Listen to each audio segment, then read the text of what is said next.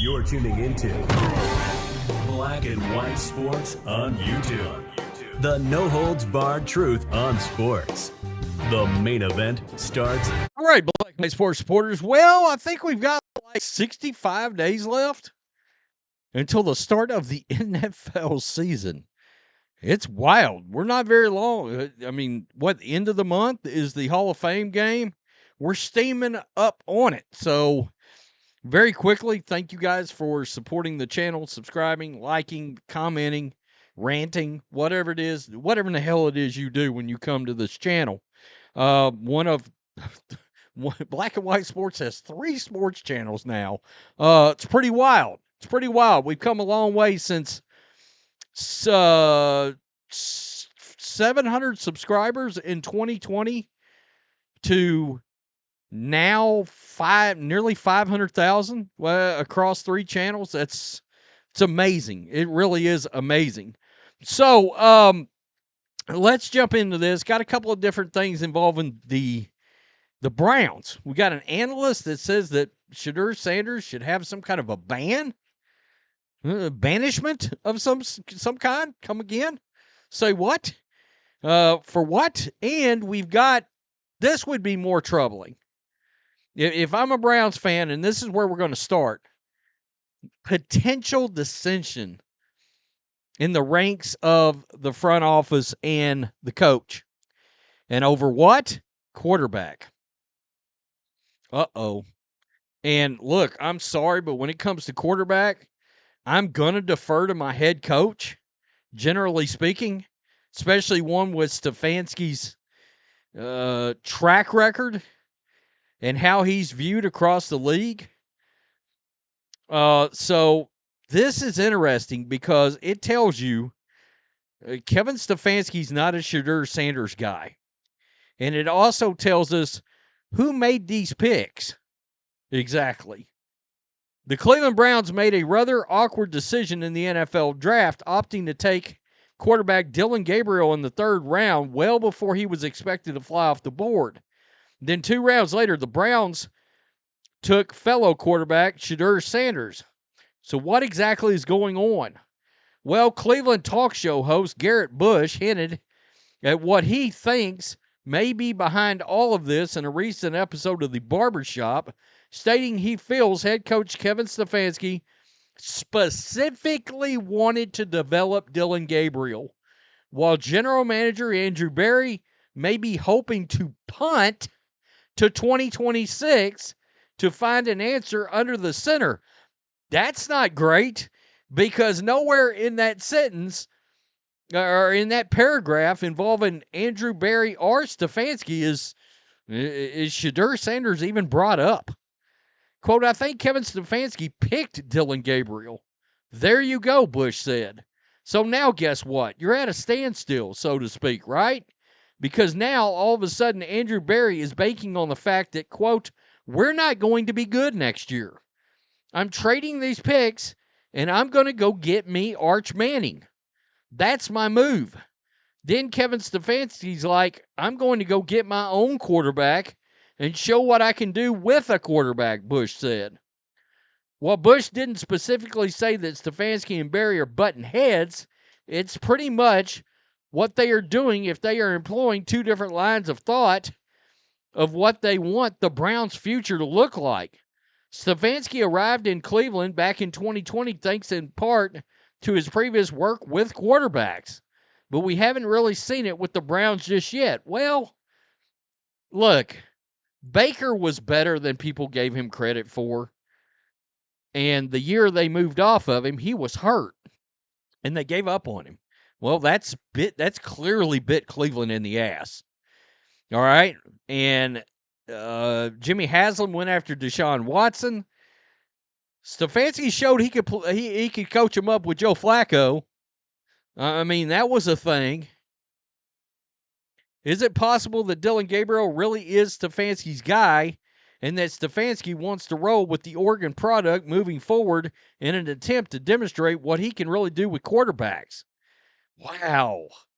So we got a situation here where we got a split And we thought there was, I'm going to tell you where everybody thought the split was. The split was, and I still believe this, that Jimmy Haslam took Shedeur Sanders as a business move. All right. And Dillon Gabriel, we have now found out it was the selection of Kevin Stefanski. And Andrew Berry, trading all those picks and essentially trading away Travis Hunter, wanted a quarterback next year. And look, I mean, if they're so bad this year that they're sitting there and Arch comes out, and this is the strange part, I don't believe Arch Manning's coming out. I don't. And so far, most of the pundits that I've heard have said he's not coming out after this next college season. These Mannings stay in college, especially at the money they're making in NIL. All right?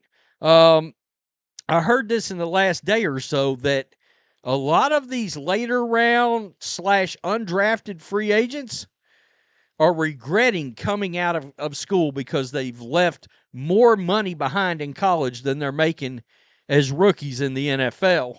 So you may see a trend where, and this will help the NFL in the long run, you may see a trend where these guys stay in school longer, which is good because they're going to come out as better players in the NFL draft.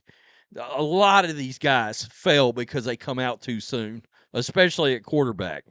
Justice B. Hill of Cleveland.com doesn't think Sanders should be allowed to drive at the moment. All right, so this Yahoo that works for Cleveland.com believes Sanders should be banned from driving.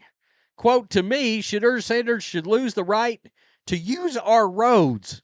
He's rich, and he can Uber anywhere he might want to go. People shouldn't trust him to take his lead foot off the pedal. I know I won't, Hill wrote.